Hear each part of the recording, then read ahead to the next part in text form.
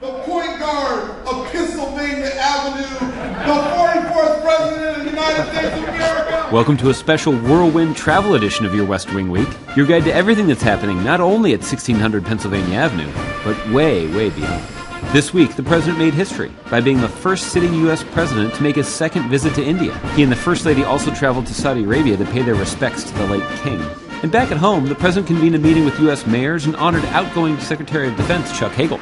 That's January 23rd to January 29th, or Namaste Obama. This West Wing Week kicks off in the Blue Room, the Green Room, and the East Room, where the president hosted the annual Conference of Mayors. The 200 mayors from across the country and from both parties met with the president to discuss middle-class priorities, such as raising wages to bolster hardworking families. To kick off his remarks, Sacramento Mayor Kevin Johnson gave him a very special NBA-themed introduction. That's unbelievable. Standing 6'1", 180 pounds, southpaw from Columbia University via Punahou High School in Honolulu.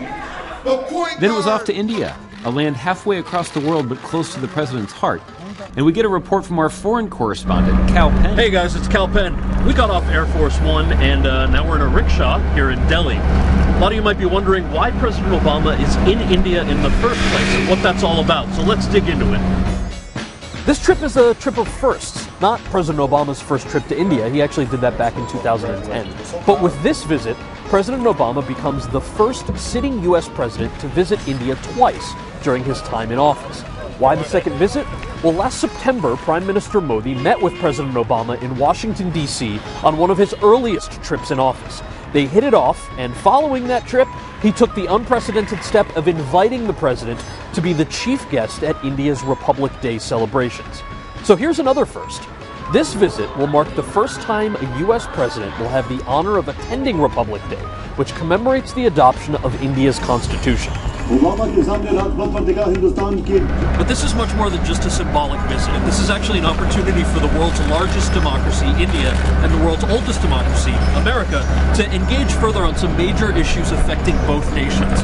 And who doesn't love democracy? Well, I can think of some people who don't love democracy, but we're not talking about those people today. So during the visit, get ready for this, we've seen a series of bilateral meetings and high-level dialogues advancing U.S.-India economic ties and civil nuclear understandings and the pursuit of increased cooperation around developing clean energy, new defense initiatives, security concerns, and counterterrorism strategies, the effort to combat climate change, the responsibility of upholding fundamental freedoms for all individuals, regardless of gender, orientation, or faith, as well as the pursuit of cleaner air and enhanced public health. That's a lot, right? Well, we can't tell you everything that we talked about. Yet there was still time to honor the legacy of political action through non-violent means that binds both our nations by paying respect to Gandhi at a memorial.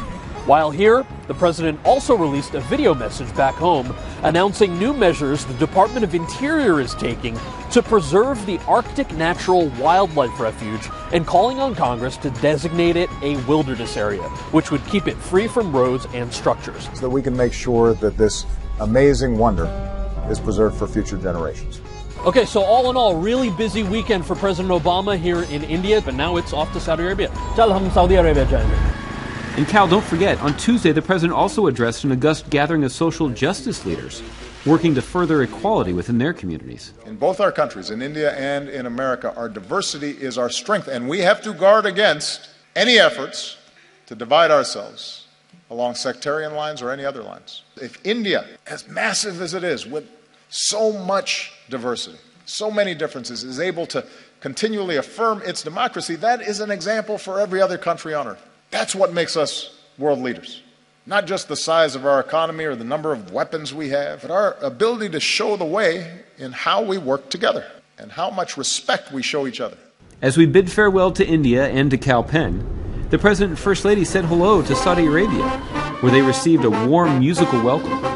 In Riyadh, they paid their respects to King Salman following the passing of the late King Abdullah. Air Force One landed back in the United States at the dark hour of 2:37 a.m. Later that day, though, the president attended the Armed Forces Farewell Ceremony in honor of Secretary of Defense Hagel at Joint Base Meyer-Henderson Hall.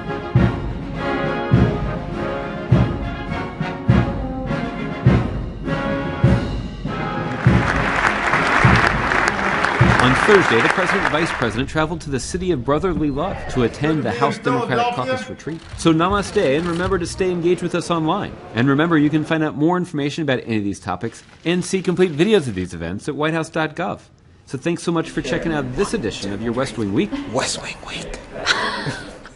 Obama, Obama, Obama.